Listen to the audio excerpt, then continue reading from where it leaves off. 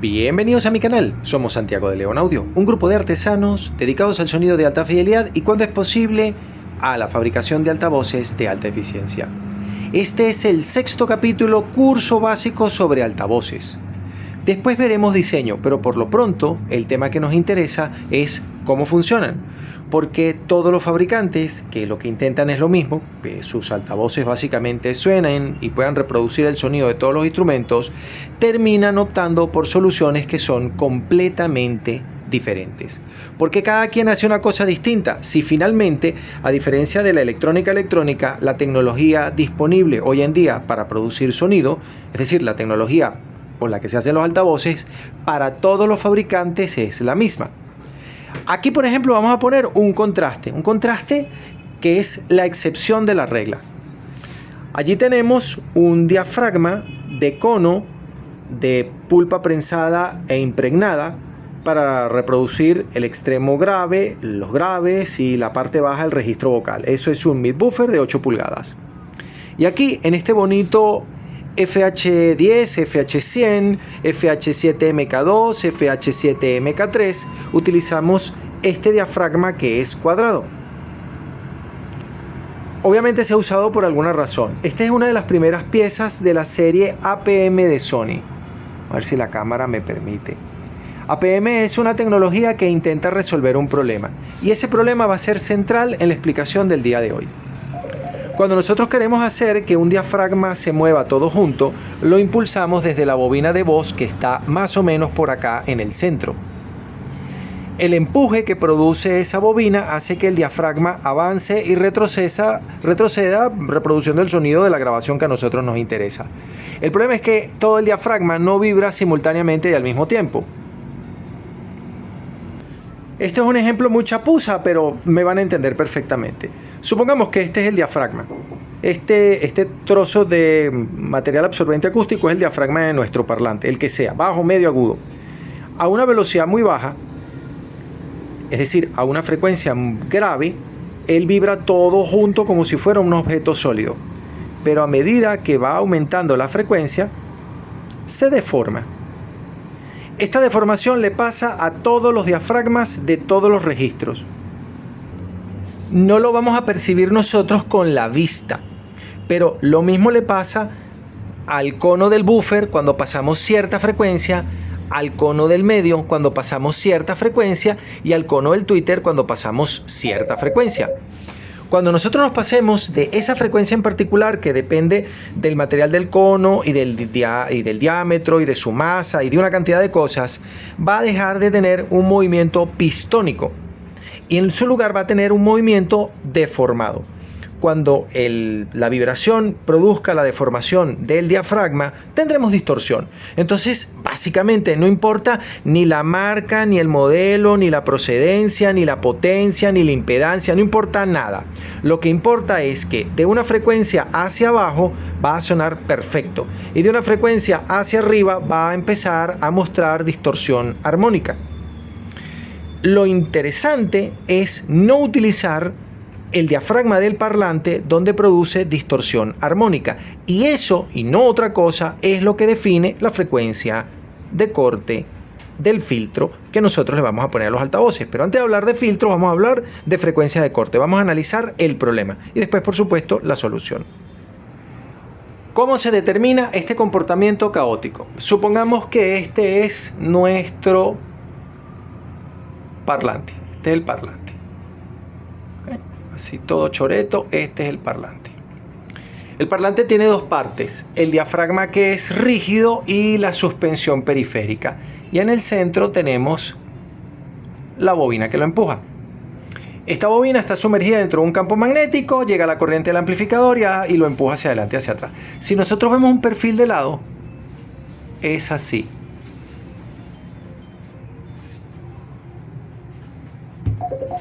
Aquí tenemos la bobina de voz que está metida dentro del imán. Estos son los dos cables más y menos que van al amplificador. Aquí tenemos la suspensión, que puede ser de tela, de caucho, de lo que ustedes quieran. Y aquí tenemos desde acá hasta acá un diámetro. Ese diámetro es importante. Este diámetro que está aquí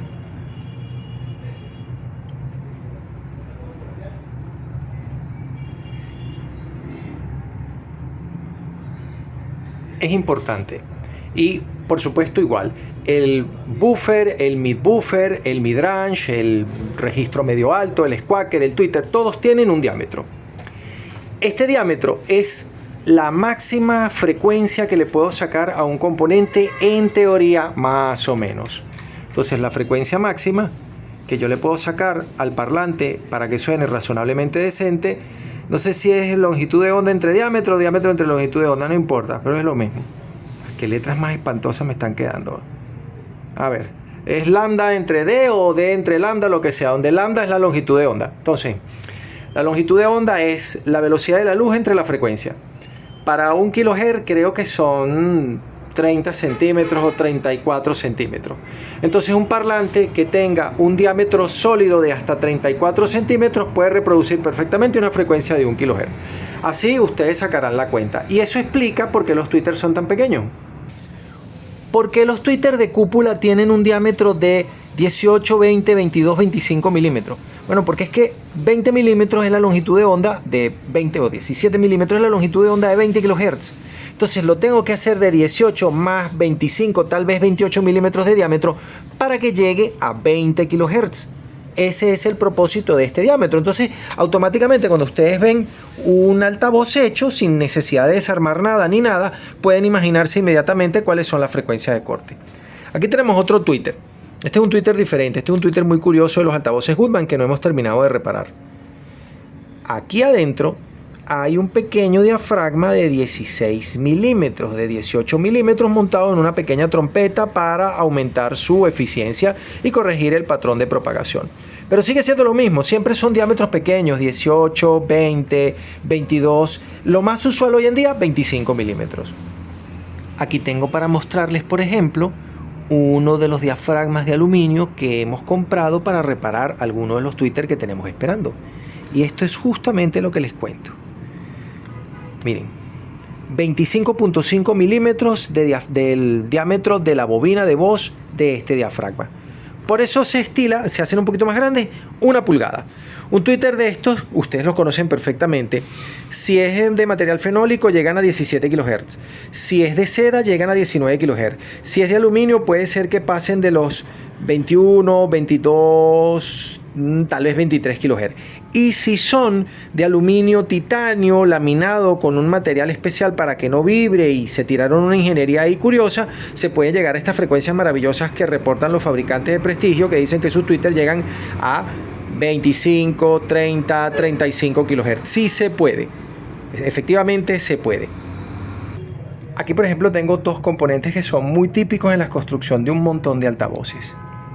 Esta pequeña pieza tiene 1 pulgada justamente, aunque la bobina de voz se pueden dar cuenta de que es bastante más pequeña y está pensado justamente para llegar a los 17 kHz. Este es un tweeter que da 17 kHz sin problema. Este, que es el típico mid-buffer de un equipo portátil, dense cuenta de que la construcción es extremadamente ligera, es un chasis de plástico, tiene la intención de llegar a 4 kHz y dar un poquito de bajo en un equipo que debe pesar muy poco. Entonces, cuando el fabricante quiere establecer la frecuencia de corte de cada una de las vías que le va a poner a sus altavoces, decide el diámetro que va a poner. El diámetro no tiene que ver con más nada por lo pronto. Aquí lo tenemos más bonito. Veamos. Tengo mi diafragma visto de frente, que es lo que ustedes han visto siempre en todos sus altavoces. Y después tengo el diámetro que va desde este punto de la suspensión hasta este punto de la suspensión. Es decir, solamente la parte que es sólida o que intenta ser sólida.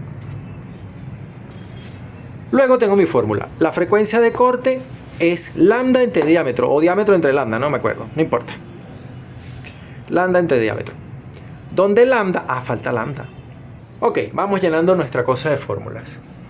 C es la velocidad del sonido en el sistema MKS, son 340 metros sobre segundo. Luego, lambda es la longitud de onda de cualquier señal, de cualquier sonido, que vale la velocidad del sonido entre la frecuencia que nos interesa. Podemos calcular a 1, a 2, a 5, a 10 kHz, la frecuencia que nosotros querramos. Y luego, la frecuencia de corte del diafragma de un parlante vale lambda entre D. ¿Qué pasa en esta frecuencia? Bueno, ahora eso depende de la rigidez del material. Si el material tiene una rigidez media, el parlante suena.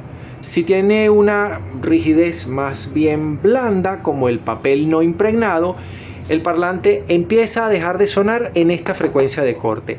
Y si el diafragma es rígido, entonces lo que hace es que resuena en esa frecuencia. Para explicárselo mejor y que ustedes pudieran ensayar el efecto de esto, vamos a usar no un diafragma, un diagrama. Vamos a usar este ecualizador, el SG9800. Supongamos que la frecuencia de corte del parlante es un parlante de 12-15 pulgadas, tiene un diafragma justamente de 34 centímetros de diámetro, entonces su frecuencia de corte debería ser de 1 kHz. Si el material con el que está hecho el cono es blando, va a sonar así.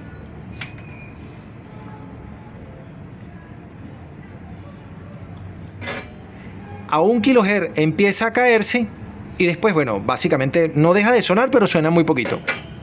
Si el diafragma tiene una dureza media, pues la respuesta será plana y después sí empezará a caer. Más o menos de esta manera. Esto pasa para los bajos, para los medios y para los tweeters. Pero si la frecuencia de corte nuevamente es de 1 kHz y el diafragma es rígido, va a pasar esto.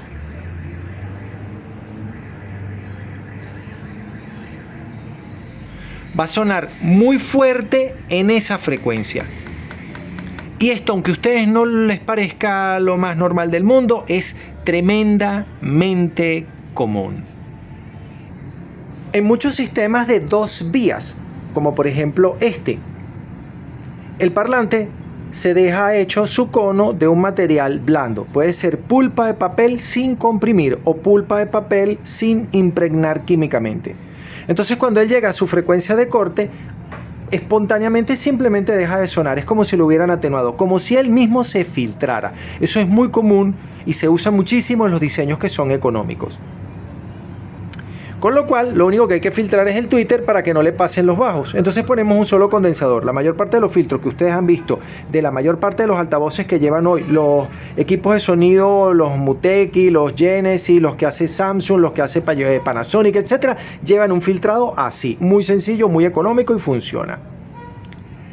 Pero cuando yo quiero que el parlante tenga una baja distorsión dentro de la banda útil, en ese caso quiero una baja distorsión de 1 kHz hacia abajo, no puedo usar un diafragma blando, porque el diafragma blando, cuando esté sonando en todas las frecuencias, se deformará. Y a mí no me interesa que se deforme, a mí me interesa que vibre todo junto, con una distorsión muy pequeña.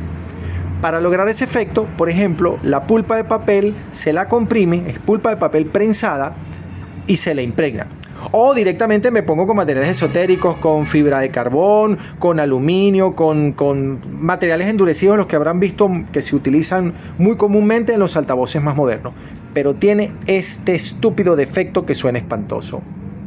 Me perdonan el formulero, yo no me quería poner técnico, pero esto es muy difícil, por lo menos a mí no se me ocurre plantearlo de otra manera. Ahora, si yo hago un diagrama frecuencia-magnitud, donde esto sería la magnitud y esto sería la frecuencia, cualquier frecuencia, no importa. Un parlante idealmente sin filtrar debería hacer esto: sonar con una respuesta en frecuencia plana hasta el final de la banda. Saben, poder hacer los bajos, los medios y los agudos, todo. Hay diseños especiales como los todo banda que yo les he mostrado en este canal que intentan más o menos hacer eso. Pero como se podrán imaginar, esto tiene sus limitaciones, no siempre funciona bien, todos los materiales no se prestan para este diseño, no sirve, simplemente no sirve. Lo que en realidad termina pasando es que a partir de una frecuencia que podríamos marcar acá, una frecuencia de corte, el sonido empieza a decaer. Nosotros quisiéramos que pasara esto que yo les estoy mostrando, que la respuesta en frecuencia es completamente plana desde donde yo lo vaya a usar, y luego al llegar a la frecuencia de corte empieza él a filtrarse a sí mismo porque el material deja de sonar y no hace falta hacer más nada que completarlo aquí con otro parlante que complete la respuesta en frecuencia, como podría ser un tweeter acoplado con un condensador. Esto se ha hecho, este diseño existe, hay un montón de altavoces en la calle que se hicieron de esta manera y funciona. Pero lo que yo les conté antes, si el diafragma se filtra él solo, quiere decir que es blando y que la distorsión armónica siempre va a ser grande. La gente, por ejemplo, que compra todo bandas, no le importa porque casi siempre van a usar sus altavoces para la reproducción de un solo de violonchelo, un solo de violín, un dúo de violonchelo con piano, esta clase de cosas. O una opereta como Tosca, que no tiene un montón de instrumentos sonando al mismo tiempo. Entonces, esa distorsión armónica me endulza el sonido, pero no se convierte en distorsión por intermodulación. No suena feo y lo puedo utilizar. No estoy diciendo que los altavoces todo banda tengan una alta distorsión, pero sí tienen una distorsión más alta que los altavoces que usan conos o diafragmas rígidos. Cuando tengo un diafragma rígido se presenta un problema. Cuando tengo un diafragma rígido, la respuesta en frecuencia podría verse así. Y esto suena nasal y espantoso. Y no se puede dejar, por supuesto, el altavoz sin filtrar. Ahora, ¿qué hacemos? Filtramos. En este caso con un filtro pasa bajo. Y si nos pasa al revés, con un filtro pasa alto, porque con algunos rangos medios pasa. Filtramos. ¿Qué tan fuerte filtramos? Filtramos tan grande como sea este sobreimpulso, esta resonancia. Si la resonancia es 0, filtramos con un filtro de primer orden. Si la resonancia empieza a ser importante, usamos un filtro de segundo orden. Y si la resonancia es realmente horrible, entonces tenemos que utilizar un filtro de tercer orden. La respuesta en frecuencia, simplificándolo mucho, de un filtro pasa abajo es la que he pintado en negro. Imagínense que es un ecualizador. Si fuese un ecualizador se vería... Supongamos que esto es una respuesta en frecuencia plana. No he puesto bien los controles, pero imagínense que sí. Supongamos que la frecuencia de corte la quiero en 2 kHz. Entonces se va a ver así. 2 kHz pierde un poquito y todo lo demás se cae. Pero no se cae inmediatamente, sino que se cae a un ritmo que llamamos pendiente de atenuación. No nos vamos a meter con ese tema ahorita, eso lo vamos a ver más adelante. La cuenta que quiero que saquen de este primer video, antes de hablar de filtros que tienen su complicación, es: el diámetro decide la frecuencia de corte, que la tengo acá. Una vez que yo conozca la frecuencia de corte, tengo que ver qué pasa. Puede ser que en la frecuencia de corte no haya ningún problema, puede ser que en la frecuencia de corte suene bien o puede ser que en la frecuencia de corte suene horrible. Eso hace que la frecuencia a la que yo voy a cortar el parlante, es decir, la frecuencia con la que voy a diseñar el filtro, sea igual a la frecuencia, no pongo filtro, o sea, igual a la frecuencia de corte del parlante o sea menor, dense cuenta siempre, menor a la frecuencia de corte del parlante. Quiero que sepan que esto nunca es tan horrible, lo estoy exagerando mucho para que se note. No importa el valor de la frecuencia, pero si esta es la frecuencia de corte del parlante, donde puede sonar horrible o puede sonar perfecto, más baja siempre va a ser la frecuencia del filtro. Entonces lo primero que nosotros vamos a ver es cómo identificar las frecuencias del corte para hacer que un mid-buffer pueda empatar con un tweeter, que también tienen su problema, no este problema, tienen otro problema, o porque en alguna oportunidad nos veríamos obligados a hacer un sistema de 3 vías. Bueno, esto es muy sencillo. Si la frecuencia de corte del buffer es mucho más baja que lo que nos permite el tweeter, pues en medio hay que poner un componente de rango medio, como yo lo había comentado en el video que le dediqué a los altavoces Yamaha NS20M. Recuerden que todos estos detalles, hallar la frecuencia de corte, hacer la medición, decidir el tipo de filtro que hay que montar, un programa que permite diseñar el filtro divisor, la cantidad de bandas, la pendiente de atenuación recomendada, el valor de los componentes electrónicos, la fabricación de la bobina, todo eso está en mi libro. Y también está en la página española PSP Audio, que incluso incluye un maravilloso script que nos permite meter la impedancia, la resistencia de bobina de nuestro parlante, el que sea, bajo, medio, agudo, la frecuencia de corte que queremos, el tipo de corte que queremos, es decir, la pendiente del filtro, y él nos va a decir el valor de las bobinas y el valor de los condensadores que debemos mandar a hacer o comprar para armar nuestro filtro perfectamente. Desde Santiago de León de Caracas, saludos y suerte.